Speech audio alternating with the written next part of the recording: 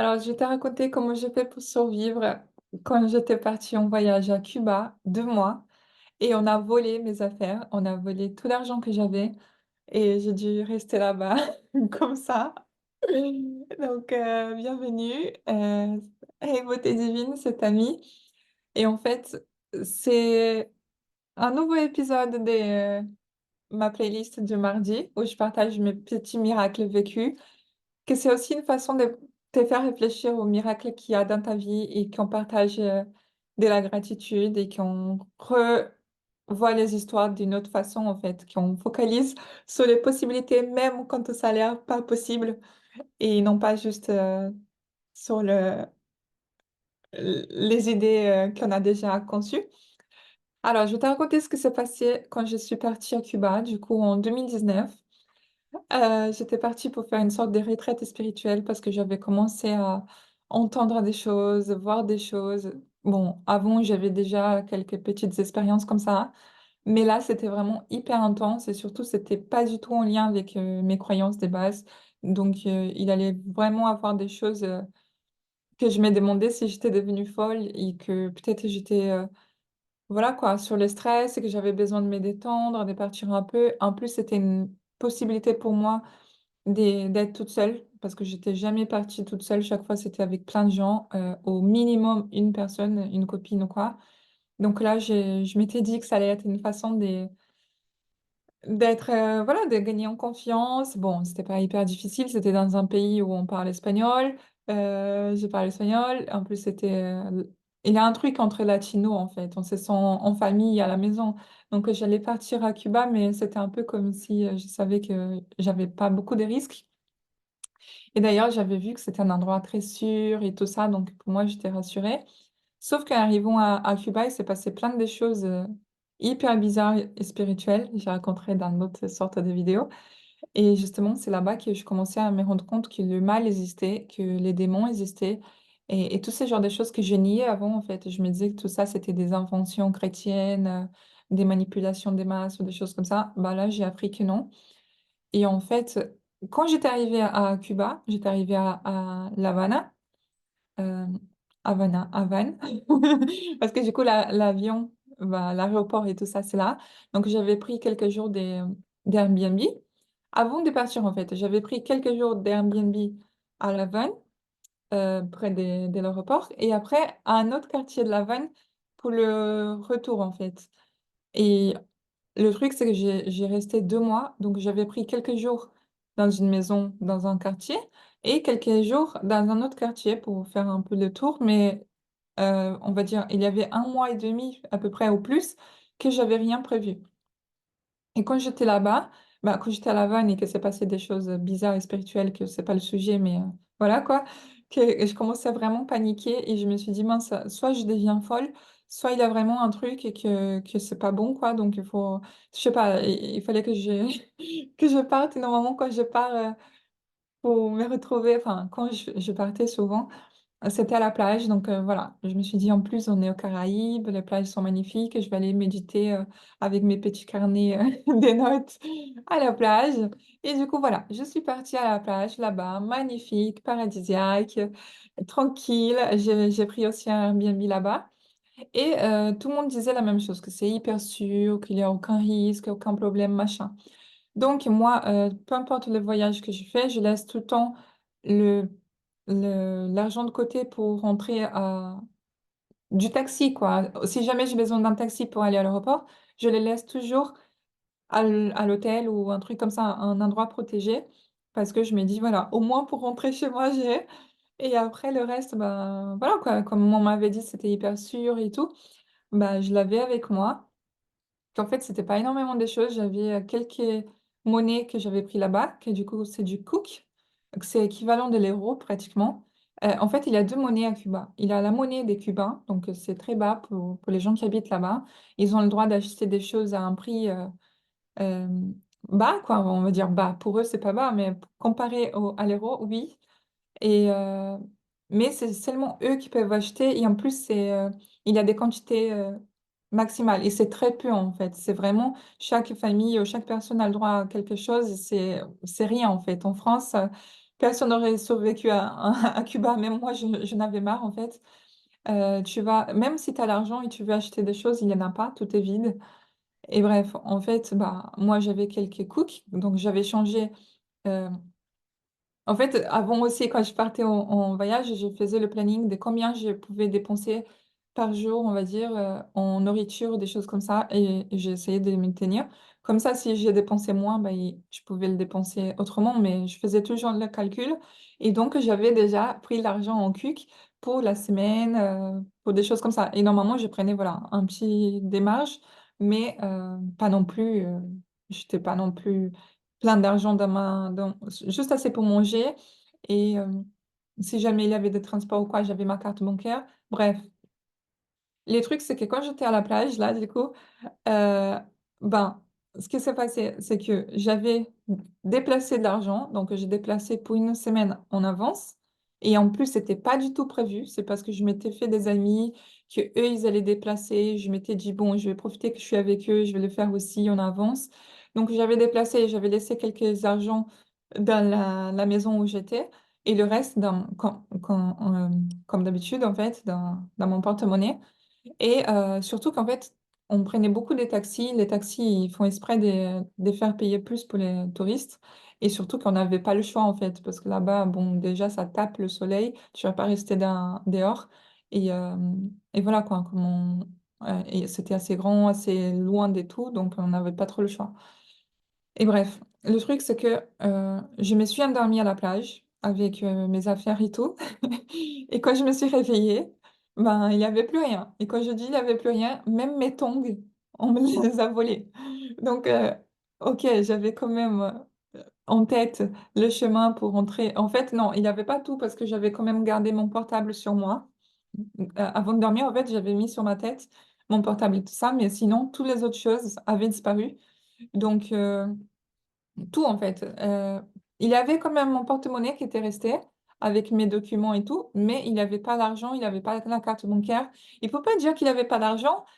Tu vois, dans les côtés des pièces, bah, il avait quand même quelques zéros, donc un ou deux, enfin des pièces d'euros. Et donc, je crois qu'il y en avait 3 euros, un truc comme ça, et quelques petites pièces, 10, 20, un truc comme ça, centimes. Et moi, je regarde ça, j'ai complètement bugué en mode c'est pas possible, on m'avait dit que c'était hyper sûr. Donc, je commençais à parler aux gens qui habitaient autour, que je commençais déjà à les connaître à force d'être restée là longtemps. Et il me disait qu'en fait, c'est pas que ce soit complètement sûr, c'est juste qu'il faut pas en parler, faut pas attirer des mauvaises ondes et gâcher les tourismes et tout ça. Et donc, les gens en parlent pas. Mais bref, ça m'a fait quand même rire de rentrer euh, jusqu'à la maison pieds nus parce que du coup, j'avais même plus mes tongs et j'avais rien. Et heureusement, du coup, déjà, premier petit miracle, heureusement que j'avais déplacé les jours d'avant avec les garçons. Donc, j'avais, voilà, pour la plage, j'avais assez et j'avais même assez pour rentrer à La Havane. Mais à La Havane, j'aurais plus. Donc, et on va dire que là, j'avais passé quoi?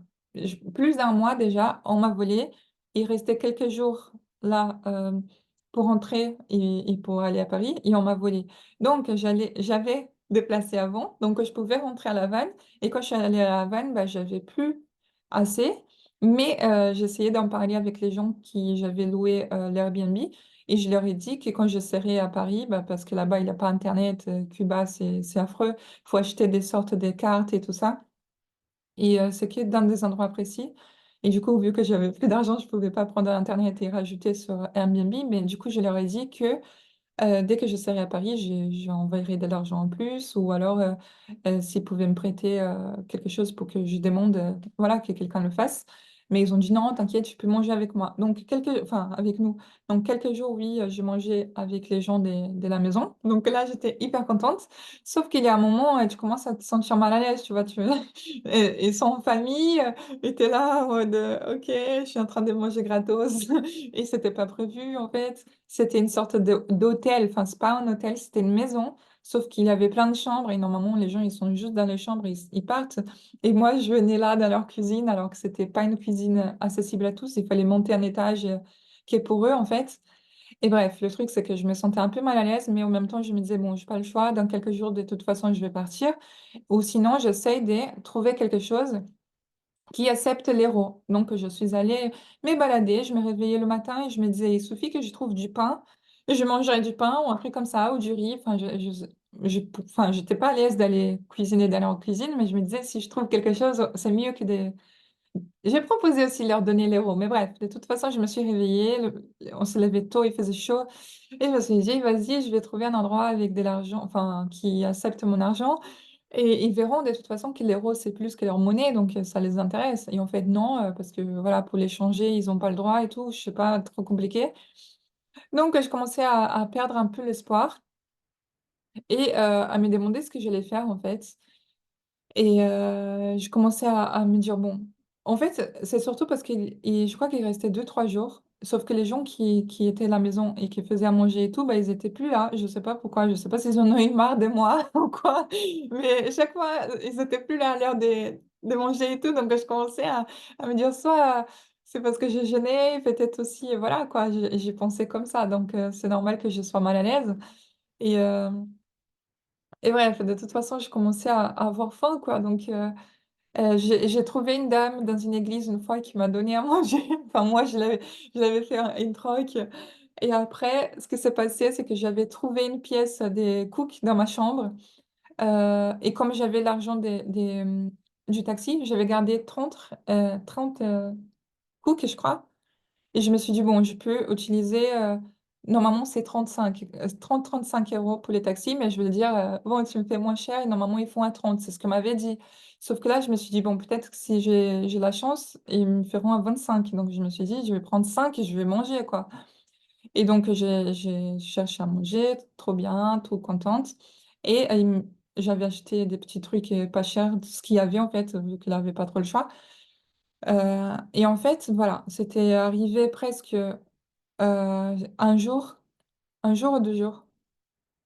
Je sais qu'il y avait un moment où j'avais plus, j'avais juste 25 € cook du coup, et il fallait que je rentre dans 2 jours. Et je me suis dit, je peux pas dépenser le taxi parce que sinon, comment je vais faire pour être à l'aéroport alors que j'étais loin quand même de l'aéroport. Donc, ce que j'ai fait, c'est que avec la pièce que j'avais trouvée et ce qui m'est resté et tout, qui en fait, c'était pas personne acceptait. Bah, je l'avais gardé, enfin, il avait la pièce que j'avais utilisée et du coup, j'avais pris les 5 cooks, mais j'avais gardé quand même un au cas où parce que je me suis dit, si je trouve un endroit qui accepte du cook, bah, je peux avoir du riz ou un repas comme ça. Et, euh, et du coup, justement, à un moment, j'ai croisé les gens de la maison et je leur ai demandé s'ils savaient où il y avait un endroit qu'on pouvait acheter pas cher parce que je voyais qu'en fait, ils me proposaient plus d'aller manger et tout ça. Et même, voilà, bref. Et ils m'ont dit que si je marchais, machin. Et en fait, c'était un endroit que je connaissais pas, mais je me suis dit, bon, c'est mieux. C'était devenu hyper gênant pour moi, en fait, d'être là. En mode, je me sentais de trop profiter et tout. J'aime pas, même si en vrai, voilà, je pouvais payer et tout, mais pas à ces moments-là, c'était gênant. Et bref, du coup, je suis allée chercher cet endroit qui m'avait dit, je marchais, marchais, marchais, j'ai rien trouvé. Surtout que c'était des pièces vraiment pour les Cubains, encore une fois. Donc, je commence à rentrer pour demander ou même pour boire de l'eau ou quelque chose parce que ça commençait vraiment à taper fort. Et quand je commence à rentrer, j'essaye encore de revoir le chemin si je m'étais trompée, je demande à des passants, machin. Et là, je vois un monsieur qui demande à manger ou des pièces, un mendiant en fait. Mais il était debout, il avait vraiment du mal à marcher. Et en fait, c'était trop drôle parce qu'à côté, il y avait un truc qui vendait du jus d'orange. Et du coup, il y avait une promo où on pouvait payer avec du coup, c'était un verre et tout. Je me suis dit, soit je bois ce jus parce que j'ai faim, j'ai soif, j'ai tout. Soit de toute façon, bah tant pis, dans 2 jours, je serai à Paris, je mangerai. Et je donne ça à ce monsieur parce qu'il sera plus content que moi. Pour lui, ça servira plus parce qu'il est cubain. Et voilà, en fait, j'avais faim et tout, mais je me suis dit, je vais me débrouiller. Au pire, je demanderai encore à la maison, même si ça me gêne. Et je lui ai donné les deux cooks, je sais plus combien c'était. C'était une pièce, un ou deux cooks. Il était trop content, il m'a remercié, que Dieu me bénisse, machin, machin. Et là, il y a un monsieur qui me voit avoir fait ça, et du coup, il me propose d'aller manger avec lui. Du coup, j'ai bu un jus d'orange. Là, j'étais trop contente. Je me suis dit, putain, ça paye vraiment d'aider les gens parce que voilà, c'est une spirale positive. Du coup, je suis rentrée trop en mode, la vie est belle, machin, la la la. Et là, bah, du coup, je sais pas ce qui se passe, je sais plus exactement, parce que j'ai tendance à oublier le négatif, mais je sais qu'il je sais pas si c'était les gens de l'appartement qui m'avaient dit que c'était déjà bon par rapport à Airbnb ou quelque chose comme ça. Mais en gros, je me suis sentie virée. Mais bon, je savais que ça se trouve, c'était interne parce que j'avais tendance à me sentir pas la bienvenue.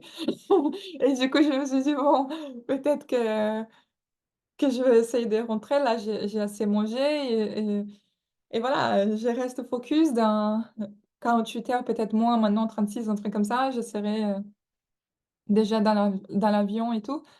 Et bref, le truc, c'est qu'après, j'ai vu que, je sais pas si c'était là ou après, mais je me suis rendu compte que mon vol, il n'y avait pas de nourriture.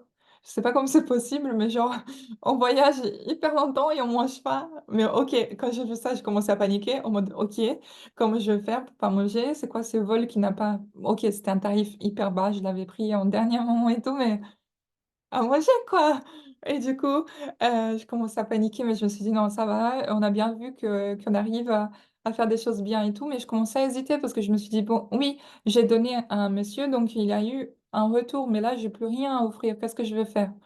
Et du coup, ben, j'ai demandé aux gens de l'appartement s'ils connaissaient un taxi ou quelque chose comme ça qui était pas cher ou quoi. Ils avaient dit que justement qu'ils connaissaient quelqu'un et que peut-être, ils pouvaient venir. Ils l'ont appelé. En fait, des bases, moi, je voulais juste des informations pour les lendemains. C'était ça, en fait, l'histoire. Je voulais des informations par rapport au taxi, pour savoir s'ils en connaissaient des pas chers et tout. Et pour manger encore, quoi. Sauf qu'ils l'ont appelé directement. Et du coup, c'est pour ça que je me suis sentie trop mal en mode non, mais c'est pas l'heure de partir, quoi, tu vois. Mais je me suis dit, bon, peut-être qu'ils en ont marre que je suis là, comme ça. Donc, limite, tant pis. Il m'est resté encore, je crois qu'il y a une nuit. Mais je me suis dit. Bon, j'ai mangé chez eux tout ce temps, ça revient à peu près la même chose, donc OK, on est quitte. Et le taxi, en fait, ils les ont appelés, donc le taxi était déjà là, et j'ai dû descendre des affaires vite et je lui ai expliqué qu'en fait, voilà, j'avais que 25 cooks. Et du coup, il a commencé à râler, comme quoi j'avais que 25 cooks et tout. Et du coup, je me suis excusée. J'étais là en mode putain, je vais pleurer. Et je crois qu'il s'est rendu compte qu'il était allé un peu fort et que j'étais triste.